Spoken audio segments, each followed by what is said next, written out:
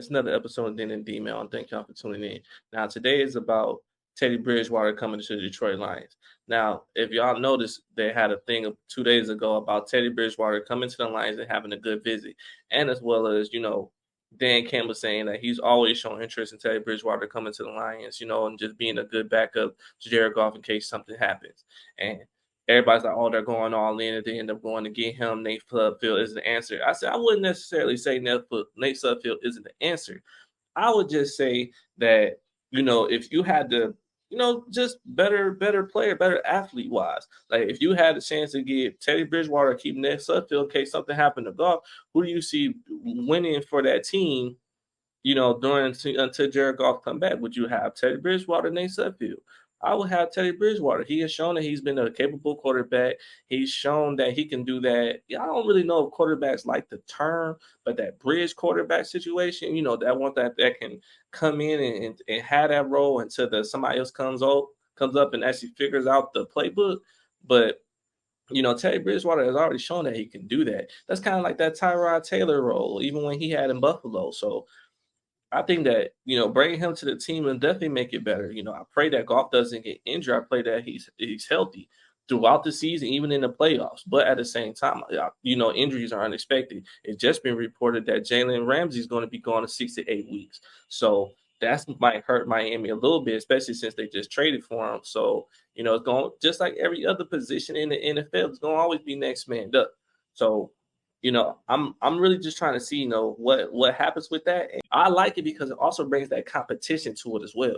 Same thing with my other videos, like everything is just next man up, next man up. Like nobody's just gonna come in and just be like, okay, you're the starter because of your name. Like, no, we're gonna keep playing, keep playing, keep playing, keep playing. So you can see that, hey, this person's like, hey, what you doing? What's the word? What's on the flow? Like, hey, this man out here, he's undrafted or he's a 6, 7 round pick, and he's coming in and he's learning the playbook and he's playing on this field and doing excellent right now. So what you doing? You've been with the team 2 to 3 years, but at the same time, this man right here is showing you up. So what you gonna do? Do I see Teddy Bridgewater beating out Jared Goff? Gonna be 3 orders of hell no. Is really the most important position in there. Look at San Francisco last year. If you look at San Francisco last year, you had Trey Lance. Trey Lance ended up getting injured. You had Jimmy G. Jimmy G ends up getting injured. You end up having Brock Purdy. Brock Purdy ends up doing his thing, takes the 49ers to the playoffs. And then when he ends up taking the playoffs, yeah, he got injured, but I don't think they would have beat Philly anyway. But it would have been nice to see if he wasn't injured and didn't end up messing up, because even a good percent of the time, they were even talking about having Christian McCaffrey come in and play quarterback. So you knew Brock Purdy couldn't throw. And they even said, like, he can do short passes. He can't throw far. Game's over with. But with you being NFL players and being athletic and things like that, you can't just say, "Oh, we're going to forfeit the game." So you still got to come out and try. But everybody knew that game was over with once that happened. Like, wait a minute, you can throw 5 to 10 yards, but you can't throw more than that. I don't even think he can throw 10 yards. Like, you can throw 5 yard passes, but can't throw more. The game is over with. But as I said, you just can't come in and just wave a white flag talking about, man, I'm done, I'm done. That's not how it works. This isn't just amateur league hours. This isn't nothing like that when you can just come out and say, I forfeit. No, this is one of them games that even if you injured, messed up, and things like that, you still got to come out and show it. But this just goes back to what I initially said, that when a team has positions like that and depth, you got something to work with. That's even when I even made my video about the linebacker situation. You got Alex Anzalone over there, Rodrigo, Reeves Maven, Jack Campbell just got picked up. You looking at a lot of people in that linebacker position. So it's curious to see, how they end up making that work. And I really think that the Lions this year are stacked in every position. Like, there's no one position where I can just be like, okay, this position is just solid. This position is just like up for grabs and things like that. Like, every position is fine. There's the one position, like if somebody gets injured, of course, then it's like the next man up.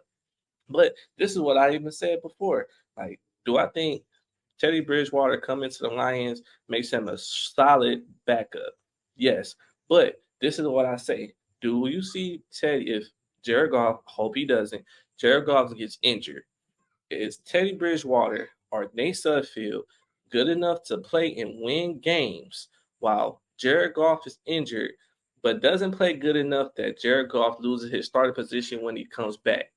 That's the real thing. Because look at last year, not even with the San Francisco 49ers. Look at how it was with the Cowboys. Dak Prescott got injured. Cooper Rush came in. Everybody's like, who the hell is this guy? Then Cooper Rush went in and won 5-0. Everybody was like, oh my God, he's probably going to be the starter when Dak Prescott comes. Then it doesn't get blown out the following game and then go 5-1. It was like replace him, put back in Dak Prescott. This is why we knew he shouldn't take this start spot. But if you look at it, it's like, hey, I took the team to 5-1 as a backup. I did my job. I lost one game, but won five.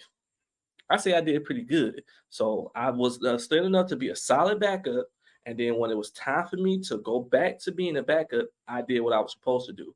I won 5 out of 6 games. I don't see a problem with that. That's why I don't understand why anybody didn't try to grab Cooper Rush, but maybe they see something I don't see. Know what's gonna happen because, like I said, Teddy Bridgewater coming to the Detroit Lions is going to be good, but I just really want to know what's going on with the Lions, man. I'm just ready for the season to start. September 7th, I keep saying, man, I'm just ready for it to go. I'm just ready for the season to start. I'm really excited to see what happens. So is he end up gonna come to the team or is he gonna wind up, somewhere else? I would love to see him come back here because I know that he would be a solid backup and that's what, him and Golf can bounce off each other and just learn stuff. Because even when his rookie year when he was with Minnesota, I seen then that man had the potential to go far.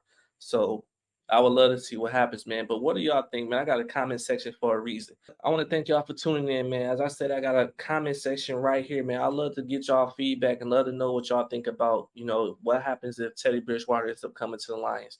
What do you think, man? I'm always interested in feedback. But like and subscribe, like and subscribe. Thank God Almighty you like to subscribe. Peace, y'all.